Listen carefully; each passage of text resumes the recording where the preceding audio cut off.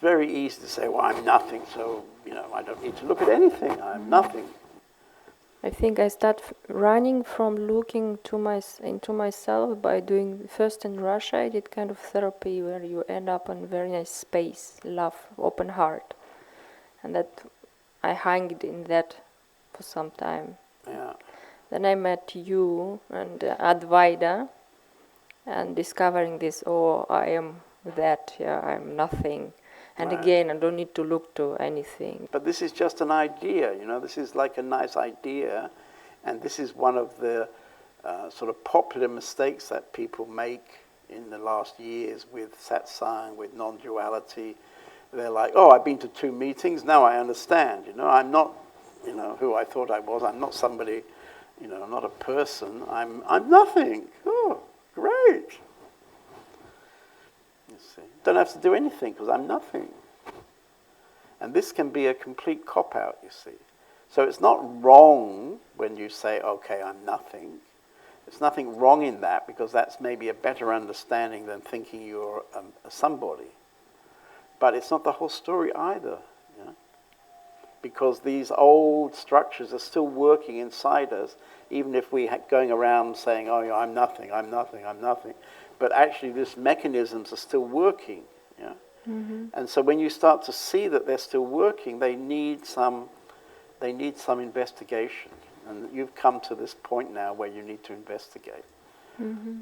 So it's not bad, it's not wrong, and one of the things that's very good for you is that you have achieved very much of an open heart. I was watching the ice skating last night. There was these girls in little costumes, dancing around on the ice. And the gold medal was won by a 17-year-old Russian lady. You see, could have been you in your younger days. You see.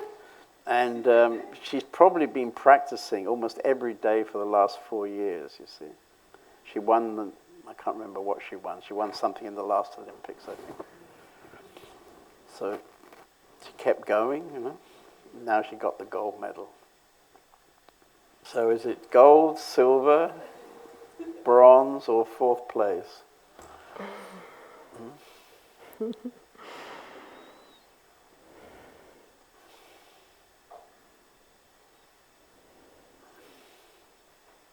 I mean, you're an interesting character because I met you how many years ago? 6?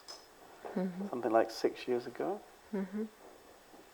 And somehow in this whole of this 6 years, you've always somehow been interested in the gold medal. Mm-hmm. Is that right? Yes. But somehow you didn't quite realize what it takes, how much training is needed, Mm-hmm. I mean, what's coming up is a kind of test, you see, because this next period for you won't be so easy.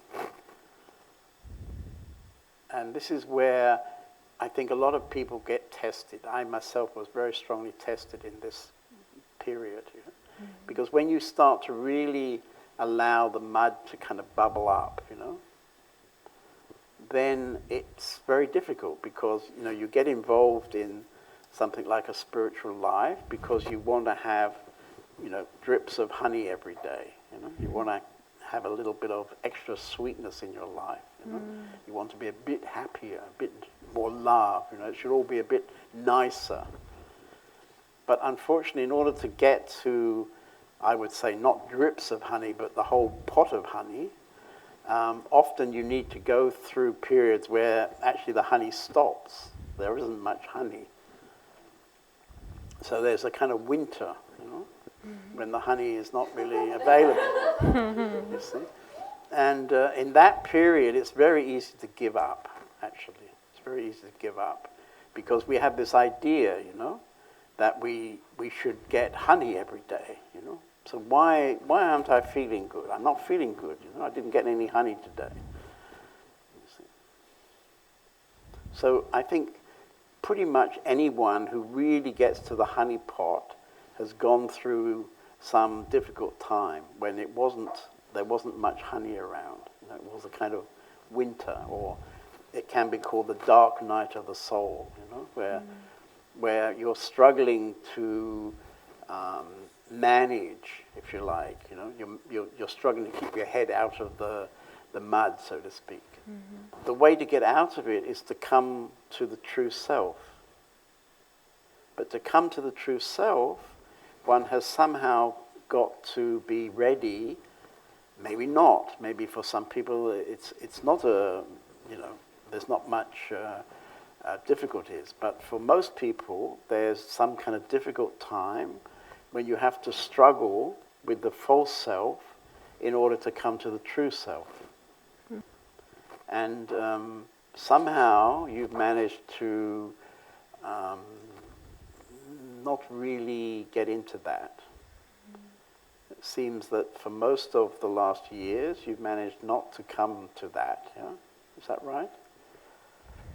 Or if you did come to it, you had some defense mechanism, and you didn't really allow it to touch you.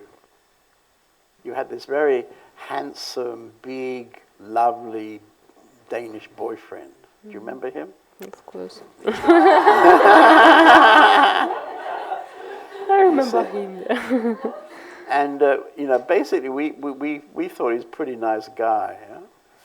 But and probably you thought he was a pretty nice guy in the beginning because somehow you chose to come into an intimate connection together. Yeah? Mm-hmm. But at some point, particularly when you brought him here, we could see it happening. You were very, very tough on him, actually, very tough. And in the end, I think he couldn't really deal with it, and he I don't know, he left you, but you left each other. Yeah? And I think this is part of your mechanism of defending, you see. Mm-hmm. So rather than look at what was going on with you, you always looked at what was going on with him. So what's coming up for you is that if you have this clear priority, which it could be you have, you know, that you want to go for gold, then you're going to need to start looking and seeing what's going on inside you. And this is going to bring up this possibility of some period of time when it's not going to be so easy because the honey won't be dripping down and, you know, keeping you feeling good. Mm-hmm. And you can easily not feel good, actually. For some people, it gets so difficult that you almost can't function in the daily life. And so probably you're going to need the help of somebody who can help you to see those things. You have now the beginnings of some idea, you know, what you have to investigate. Mm-hmm. And you'll need the help of somebody who you can trust to look at those particular things which happen when you're very, very small. And I think one of the important things is to realize, because it happened when you were very, very small, there's no personal blame in it. You know? You didn't personally have any choice. When things happen to us as children, we have no choice. You know? The parents, usually it's the parents, but it may be other relatives around us, not just the parents. Other adults, it could be, you know, there can also be friends around maybe. But whoever it is who has some sort of intimate contact to us has a profound influence on us. And usually we don't have any choice about it. You know, we get born into a certain situation. We get conditioned in a certain way. If we're lucky, we get a good treatment. If we're not lucky, we don't get such a good treatment. And, you know, whatever the treatment is, it's likely to bring up very strong inner structures. And if we don't look at those inner structures, then we're never going to be free of those inner structures.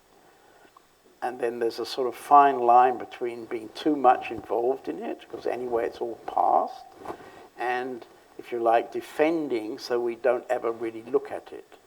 So there's some sort of balance. Yeah? So sometimes I would advise people to look at something, and other times I might advise people not to look at something. It just depends on the balance within that person. Mm-hmm. And what we've discovered while you've been living in the community, and what you're beginning to discover, is that there is some kind of there's a kind of mechanism which has been defending you from really looking. And judgments is part of it.